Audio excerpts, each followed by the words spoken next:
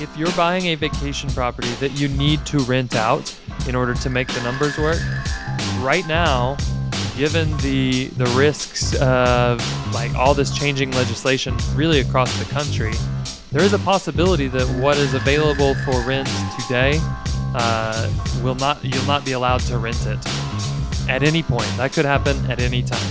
So risk number one to think of, and that changed our calculus quite a lot. It really did change what we thought of as a great way to invest some money into, okay, now this is a consumption product. Hi, I'm Steve.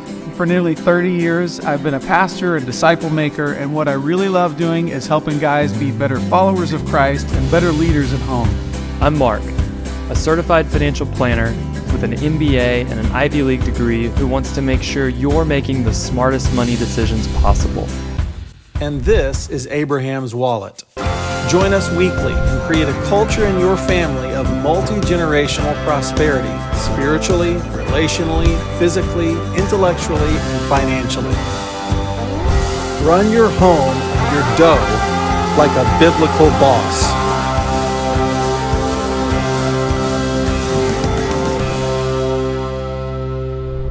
Well, I have a little list of like 5 kind of grab bag things, kind of like grab bag, mailbag. Okay. But I'm going to hold off on those until a bit later. I would like to talk about recent episodes with you. Now, you have not seen the interview with Linda yet, have you? No. Did she recommend some stocks for our listeners? No, she's not a real stock picker kind of a lady. But as people will already know when they hear this, she gave some wing-dinger advice about raising kids financially, giving them financial responsibility. She did very well there. Now, previous to that, there's been a string of conversations I've had with non-Mark people. We've had I had Ian on a couple of times and talked about cars. Any thoughts about those convos? I was sitting at a table this week with Ian. He had left the island of Maui where he lives. He had come to the Mountain West, and I was sitting with him. And he humbled himself. He humbled himself to come away from Maui. Yes, and It was a conference, and we were sitting there, and there was a guy that neither of us had ever met, and I overheard this guy talking to another guy, and he goes, I have been listening to this podcast and I am loving it. And last week there was a guy on he was like a car salesman and he was talking about how to buy a car. And Ian goes, are you talking about Abraham's Wallet? That was me. And that's great. This kid was super excited to see the characters, the cast of characters from a podcast that he had been listening to.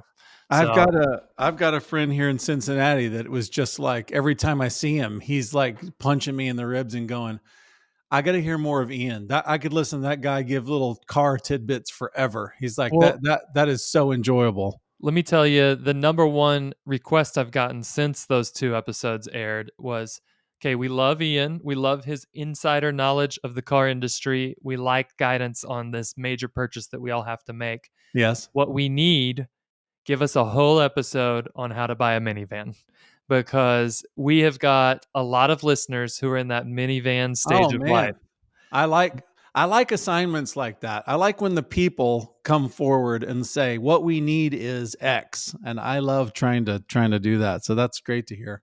Did you see the interview I did with my father-in-law, Johnny Breitenfeld? I did. Out in the resort haven of 30A, Florida, east of Destin. You had a couple of, now hold on a second, kind of thoughts when you watched that episode. Please tell the people. I think most of our listeners are either in the spot of, well, I cannot afford a vacation home right now. I'm interested in that possibility someday. I'm working towards it. Or maybe they're in the spot more like what I'm in, where it's like, I can do this, but I need to be pretty thoughtful about it financially. So, what I wanted to bring to the table is not a rebuttal of Johnny B's. What his experience has been great, and I'm not opposed to a rebuttal. it's been a great investment for them. But I did want to say, It before has. you go out and load yourself up with a vacation home, I just want to spin you a little yarn about what our experience has been like as vacation home owners. It's not all grilled cheese and tennis matches, you know. Yes. So that's kind of what I thought we'd do for a few minutes as a follow up to our our episode on vacation homes. Okay, that's fair. We could call this vacation home not so fast, and that's fine. Just Yeah, let people hold on, tap the brakes, think this through.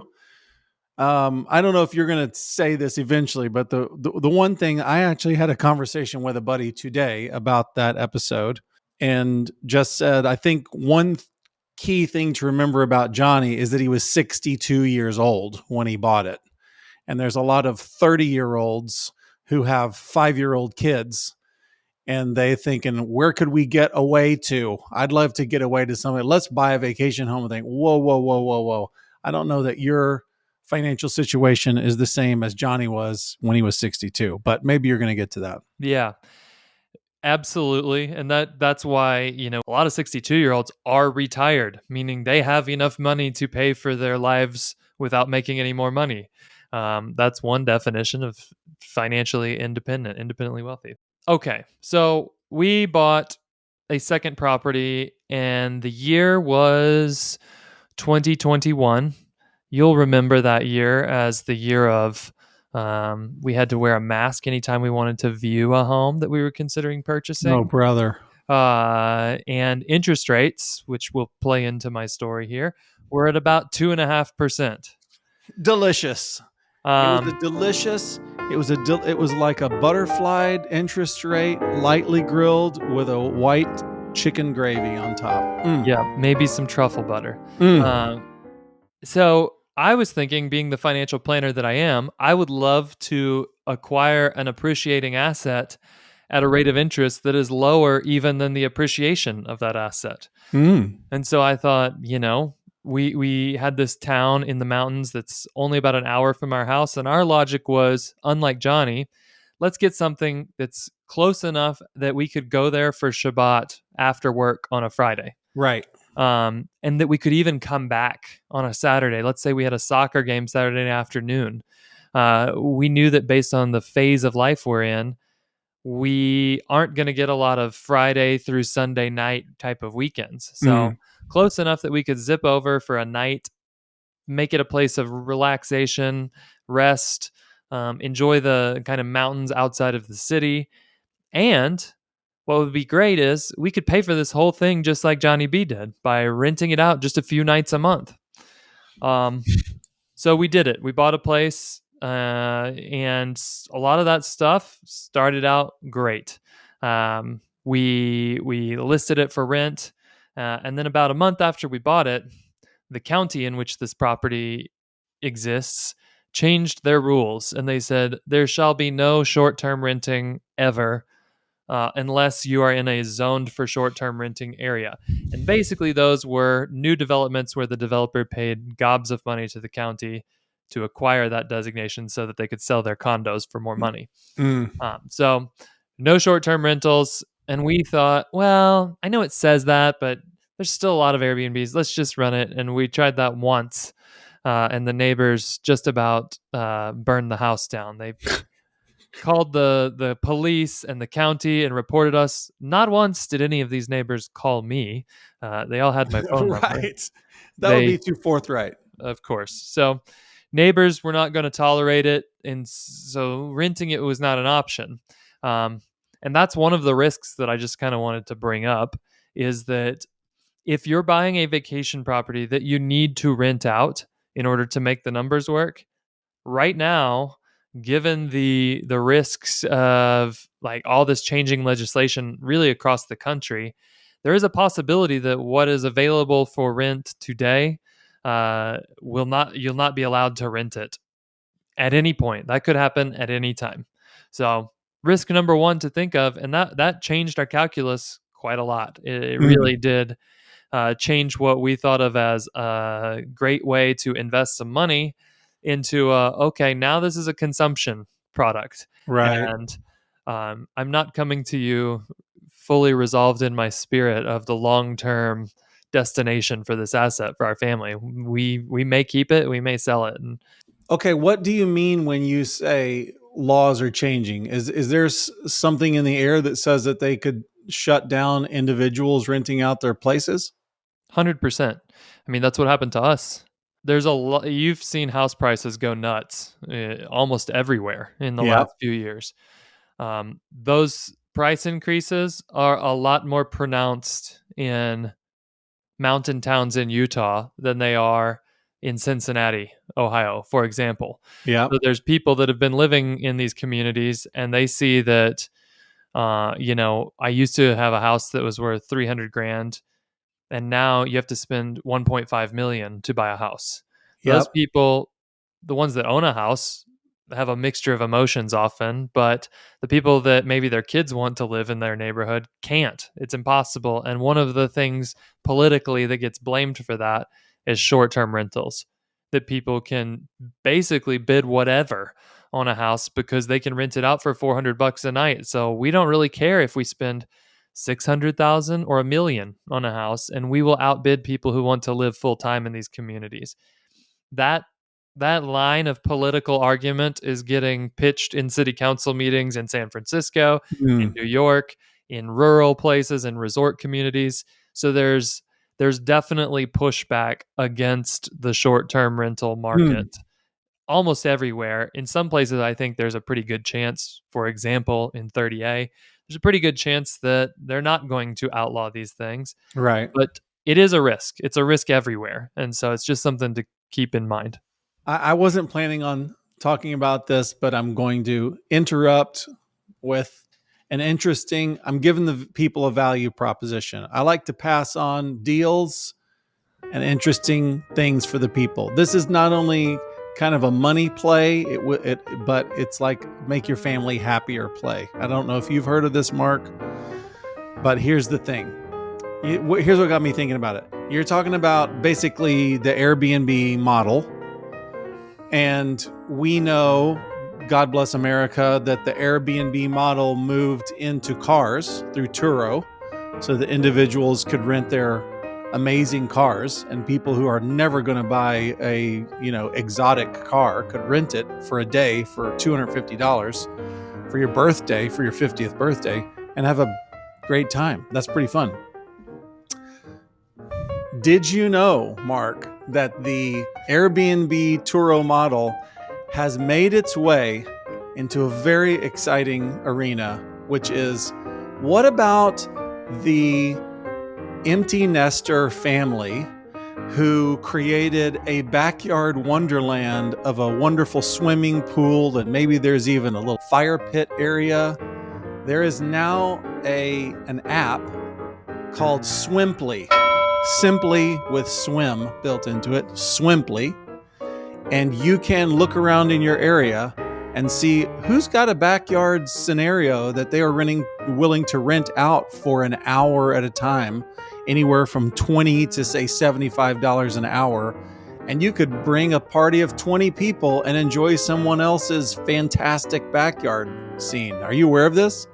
Only because I've heard bits and pieces of you being excited about this app. Okay. I cannot fathom the liability insurance situation on this product because I feel like they've got to just factor in we're going to have one drowning for every 5 rentals, something like that. Okay. Right? No, I don't think they're planning on that. But the reason I heard about it is because it has been so successful in its short lifespan that they have quickly moved into, let's say you've got a private pickleball court and you want to rent your pickleball court out to the public, which, holy smokes, everybody, listen to me. If you've got a landing pad of concrete that will fit a pickleball court on it, you should put one in there, because you can't, and I'll talk about my town, you can't rent these things. You can't get onto them because they're full everywhere. I mean, they're being built right and left, but for somebody to have a really nice little like private backyard setup with a pickleball court. Anyways, so Swimply has moved into that space. I'm done with that little announcement. Okay, so one of the risks to owning a vacation home is what I'm calling political risk. That's one that people don't think about. If you're just buying a vacation home to own it and to use it for your family, that's probably off the table. You don't have to worry about it because you weren't ever planning to rent on it. But that doesn't mean that you have no risks. Risk number 2 is the one that I think a lot of people skip over when, honestly, this one is applicable to any real estate purchase. It's not just a vacation home, but I talk to people all the time who are trying to figure out how much home they can afford. Okay. And they enter, they pull up one of these mortgage calculators and they say, I've got enough money for the down payment. And if I do that, my mortgage, my principal and interest and insurance and taxes all together, it's going to be $2,500 a month. And I can afford that. I could even afford $2,600 a month. So I'm good. Right. And I tell people, you are miscalculating the cost of home ownership. Oh. And when you add another home, you double the potential for some of these, I'll call them financial disasters to happen. And it's not an if, it's a when you own a home. So some of them are very predictable. Most houses need a roof every what? When's the last time you got a roof, Stephen? Oh man, I don't know. I've been in my house 10 years and we have never touched the roof, and it was 2 years old when we moved in, so I think we probably have maybe 5 years left on it. I'm going to say they told me 10 years on a roof, but let's say it's 15. When I looked at how much would it cost to get a new roof, it was about $15,000 in my area for an average sized home. Now, if that's every 10 years or 15 years, that means you are going to spend $1,000 a year on roof.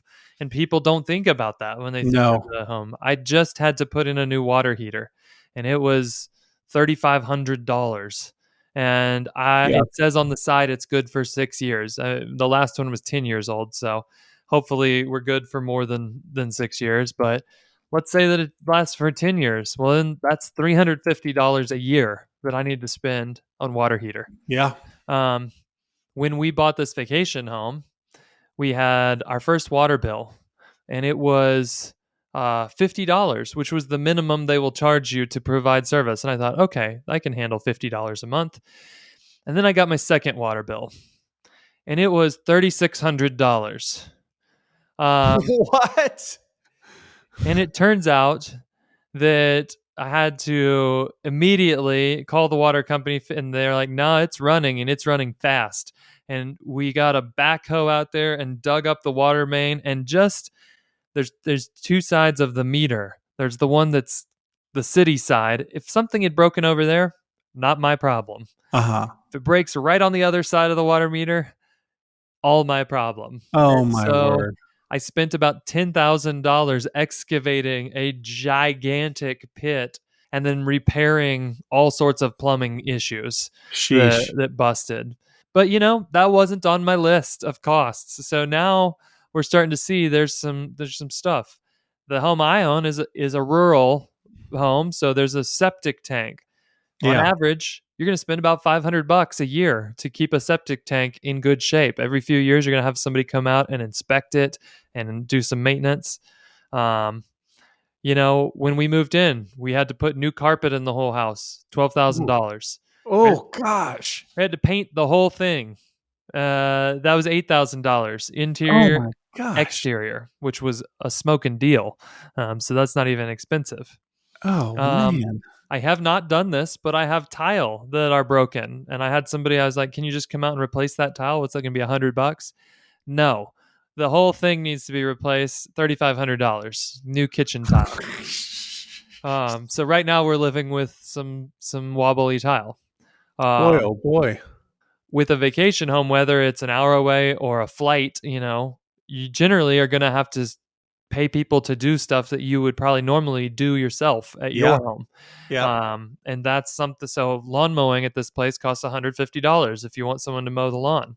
Um, just regular snow removal on the ground, $100 every time it snows if you want somebody to do that. These So bills are significant. all this is to say, now those are financial risks. I've owned this in a time period where house prices around here have still been going up. So if I had to bail out of this deal right now, I could probably make money after everything I just told you on costs. I hope so. Not a lot. We're not in if I had bought it in 2018 type of territory, but I could probably somewhere between break even and make a few $1,000 on this property. Wow.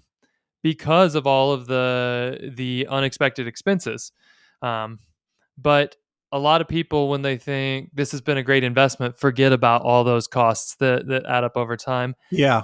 And like I said, whether you're talking about buying a home for you to live in with your family, like just a primary residence, or a vacation home, you got to have some cash flow Yes. beyond the mortgage payment to cover all of this stuff. And you got Yep. to have some serious, I mean, if you're going to buy a vacation home, think about like a second whole emergency fund Yep. of cash on the side so that when you get the call that, hey, your basement just flooded, well, that's stuff like that is going to happen and you got to be ready for it. So, Yep. financial risks, not insignificant when we're talking about home ownership and especially second home ownership. Yeah. That's a great pulse check because, I mean, overall, it's been good for Johnny. But I mean, we certainly didn't spend time talking about all of the effort that goes in there. I mean, one of the first renters that they had in that place, somebody threw somebody else against the wall and it created a huge hole in the drywall. So they couldn't rent it out. They had to go wait until somebody could come repair drywall, let that dry, paint it, clean up what happened on the carpet underneath, steam clean that. And he doesn't live there. So he's waiting on people. He's waiting on people to come through and somebody's got to give the key to the right person. And once it all got done, then you can start renting again. Many times have I gone back there and people have damaged blinds. So I'm going to the hardware store, buying replacement blinds. These are just like normal things that happen. And as you say, like, if you're going to be renting something, it's got to look like attractive. So if it's your own house and like, well, we've got this wonky step, but we'll get to that when we get to it. Not if it's a rental house. You've got to attend to everything. And if I don't know, the front door there's a broken piece of glass or something is chipped, you got to get it painted and taken care of. And he's replaced a refrigerator in there. He told the story of the washing machine flooding while renters were in there. I mean, all of that stuff adds up, and especially if you're renting it, those things have to be done immediately. And they're not going to be done with the cheapest person, because you're not there to go find the cheapest person. It's going to be whoever's available, which is going to cost more, and blah blah blah. So, anyways, it's a nice thing to remember for people to tap the brakes a little bit when they're thinking about buying a second property. I've got two more risks to cover, and these are going to be quick. Okay. But one I'm calling geographical risk. Okay. So if you're Johnny and this is another benefit I'd say to buying a vacation home later, when you've kind of had a long track record of saying, we love coming here, we're going to come here. Yeah. Does it make financial sense for us to own here instead of rent? That's a much easier decision. But if you're like us, kind of looking at, well, there's a place an hour from where we live and we think we would like it there, we haven't spent a ton of time there. Yeah. There's risk around, will you actually still enjoy using that as your primary spot to rest and relax as a family? What will life look like in 20 years when your kids are grown and have families? Might you all choose to relocate to another city? And might that change the feasibility of a second home wherever you're thinking about? There's all sorts of things that could change in your scene over long periods of time that could make this more or less feasible. I mean, I think you and I, Stephen, share a dream of ranch ownership in Texas. Of Um, course. but who knows? Like, there's risk to that. Whether depending on where my family ends up settling for the long run, where your family goes, I could see manuals being in Texas a lot more in the future, or not. I don't know. So there's some geographical risk. And what we're asking right now, really asking the Lord, not so much asking our Excel spreadsheets, is this asset something that you would see as a part of our family's kind of trove of assets over the very long term? Because if it's Right. just for us to enjoy for the next few years, it's kind of a pain in the butt, and I'd rather not have all those risks I described. Right. So Um, you, up to this point, you're basically treading water with the value of it. You have a place to go, but whatever you would have earned in equity gain, you've kind of spent maintaining it. that's right. So you're kind of treading water, but your thought is, well, the play as far as value goes is holding that for 25 years. Yeah, and this is kind of that last risk that I wanted to talk about, which All is right. I'm calling it spiritual risk, Oh, um, which I see this a lot as a financial planner. I have to talk through these big decisions with people, purchase decisions, and there is always a temptation to excuse luxury purchases as investments. And I see that probably more than anywhere else on the topic of vacation homes, okay. which is, And I see this too. I definitely want you to talk about this granularly so people understand exactly what you're saying. well, it's the I really want to own a lake house and go to the lake and have a ski boat and have this idyllic experience every weekend. That sounds great. And if I just based on wherever my income and assets are, it'd be kind of opulent. It would really limit my ability to do giving and ministry stuff that maybe I feel clearly called to. But if I call it an investment and I say Ah, 30 years from now, this thing's going to be worth 5 times what I paid for it, it's going to be great. If I call it that, it kind of makes me feel like I get a free pass on the whole, is this good for me? And we've talked a lot about luxury. We're not anti luxury. We think that when it comes to any luxury spending, the right thing to do is to ask the Lord, yeah. how much of the money that you gave me would you like me to spend enjoying the world, enjoying my sort of the good things that there are to experience in it? And the answer is not zero. Yeah. Contrary to you and I grew up in a kind of a culture, I would say, church wise, that sort of frowned at all luxury spending and thought the best Christians are the most austere in Yeah. everything. Sure. So the answer is not zero, but it's also not, yeah, just Everything. take it all. And, Yeah. I kind of refer to it as the Dave Ramsey way of living, which is save like or live like none other today so you can. I don't know exactly what he says. Spend like none other tomorrow. Right. Um, Well, it's interesting that what you hear is people trying to make a financial justification for it by calling it investment. And I get that's probably a function of people think of you as the numbers money guy. I hear a lot more people trying to justify their luxury purchases underneath the heading of this is for our family's culture. It's for a spiritual retreat that we're trying to take, because if I could paint on the one of the big living room walls our family vision, well, then that would justify any vacation home that we would want to buy. And isn't that wonderful for creating a family culture where we can go rest and have fun together regularly at this place? And it's really easy to justify your unwise luxury purchases if you can try to make it feel spiritual or feel like it's helping family culture. Which what is that worth? It's worth any amount of money, isn't it? So you can kind of go, well, we don't know if it'll work out, but it's for our family's good. And I would say let's tap the brakes on that. Amen. I'm not sure that just because there's a good reason for it, it makes it a smart move. Yeah, and that applies to a lot of categories. It applies, we've talked about that. Maybe it's not a spiritual excuse, but we've talked about that with groceries. Oh, for us, health is important.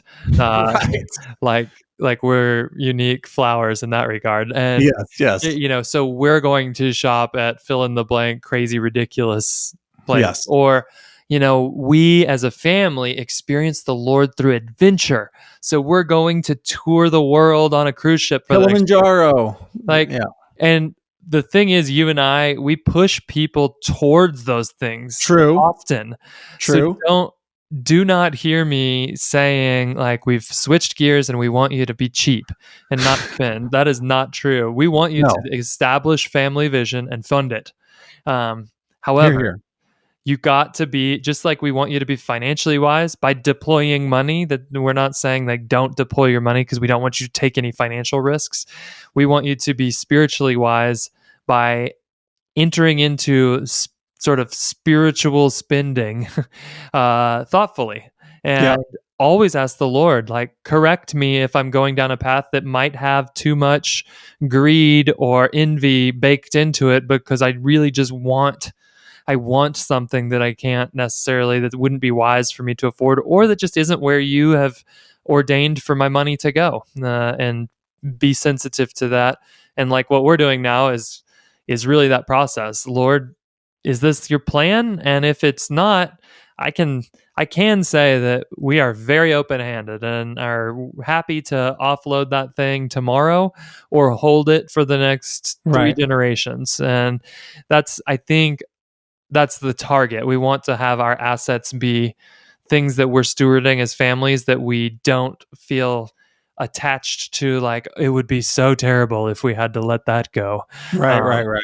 and so that's kind of what we're engaged in now, and that's my words of caution when it comes to vacation home ownership. Fantastic. Thank you. That's very balancing to give people a much rounded out perspective on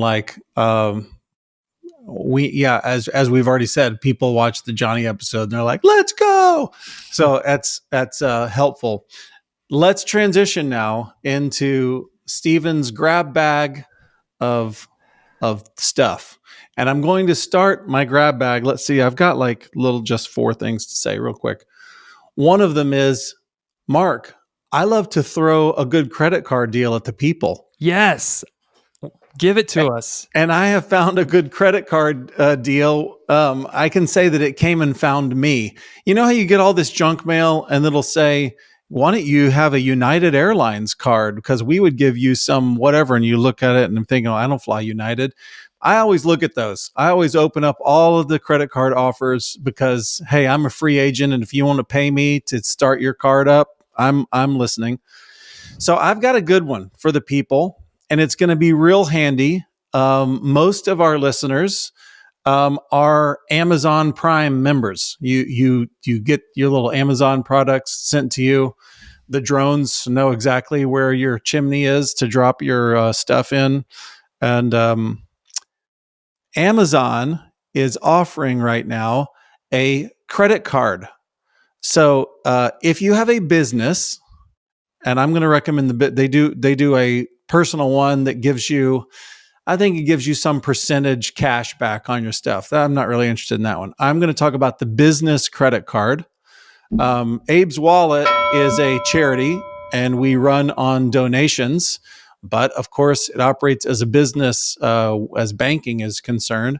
So we got this card recently, and here's what the deal is. Ready? Yeah. Amazon Business Credit Card. Number 1, 0 fees. It doesn't cost anything to have this credit card.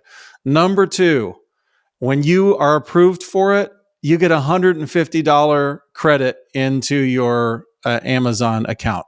I always like when people pay me to have their credit cards because I got to use credit cards anyways. And number 3, everything that you'll ever buy on this credit card through Amazon, you'll get 5% cash back on whatever you're buying through Amazon. So that seems like a win to me. Why wouldn't you do that unless you're up to your neck in credit cards, you can't take any more on, or you have trouble paying them back? them in that case, don't do it. That's point number one. You happy with that announcement?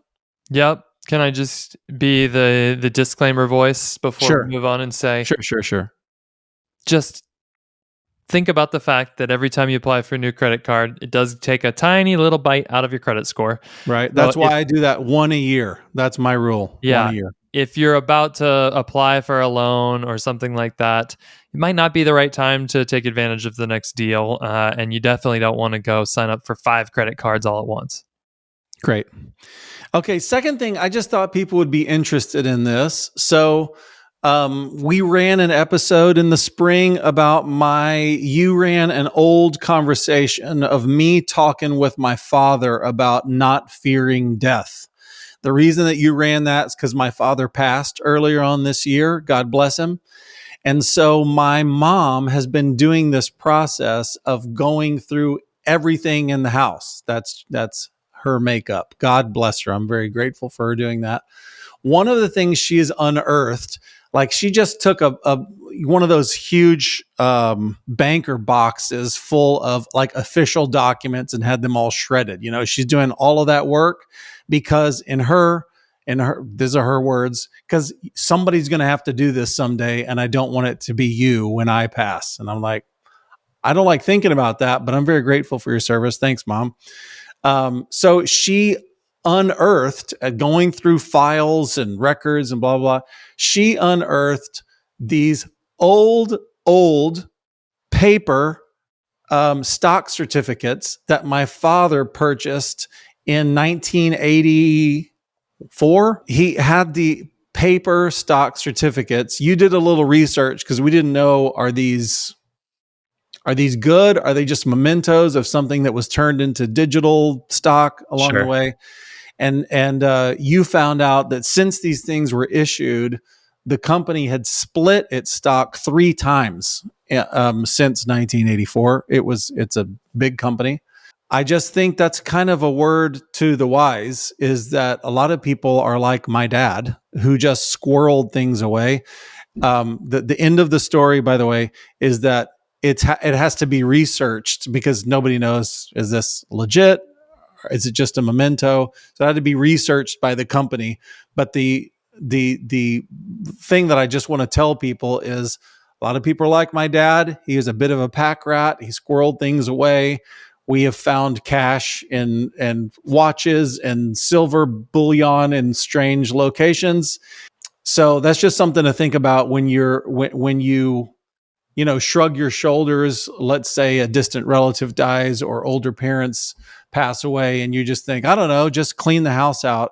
I just thought it's something that might interest people, that there are physical things that have value to them that are they're just worth going through old property, whether it's a safety deposit box or whatever. I will say it's our duty as aspiring grandfathers, though, to have like a storage unit or a shed or an attic that has some treasures in it. So like one of the great joys of my life as a young boy is going through grandpa's garage and finding treasures.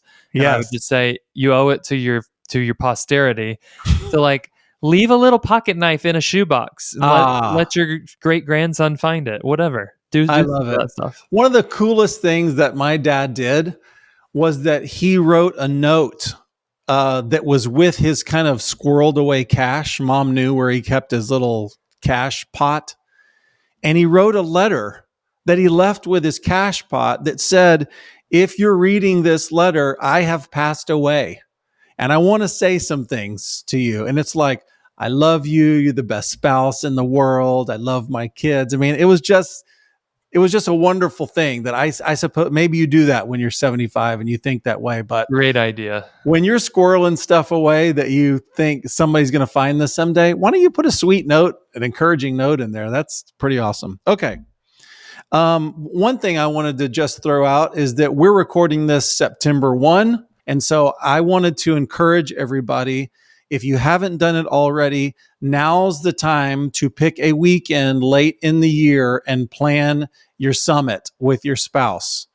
Put a weekend aside and say, we're going to talk about our vision and our goals and we're going to talk about what our family is going to do in 2024.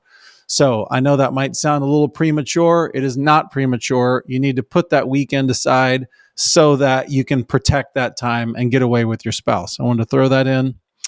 And the last thing is I wanted to reference another couple of episodes, if I may. Sorry for being so self-referential.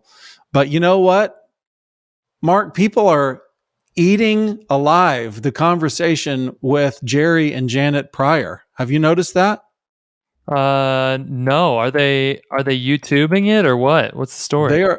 They are loving the YouTube of Jerry and Janet Pryor, who are Jeremy's parents, talking about grandparenting. And they gave us a little tour through their property and talked to us about the decision that they made to move away from Seattle, where they lived for years and had a great ministry. They were working at a church. He was a chaplain in the Army, and said, you know what? We're shipping all that, sailing away, God bless it, adios, and moving to be with family for the sake of grandparenting, which they thought, this is the season of our life when we're going to concentrate on being awesome grandparents. And they just described the way that they use their time, the way they use their space. And people are loving it. So if you haven't seen that or heard that episode, I encourage you to do so. You know, you wouldn't even know that episode existed in video format if you weren't subscribed to our YouTube channel. So once again, I say to you, you might be listening to this. We know that almost all of you are listening to this exclusively on audio. Yes. You can help the Abraham's Wallet podcast in many ways, but one of those ways is by just going to youtube.com, typing in Abraham's Wallet, and hitting subscribe. You don't ever have to watch it again. Yeah, you don't have to watch it. Just that helps us. You know, we should always cover some ways in which the people can help us, because that's an easy and free way you can help this podcast. Yes. Hey, if you liked this content, be sure to like it and subscribe and share it with somebody. And remember, no matter how you're doing in leading your family, God's love for you is huge, and His grace is greater.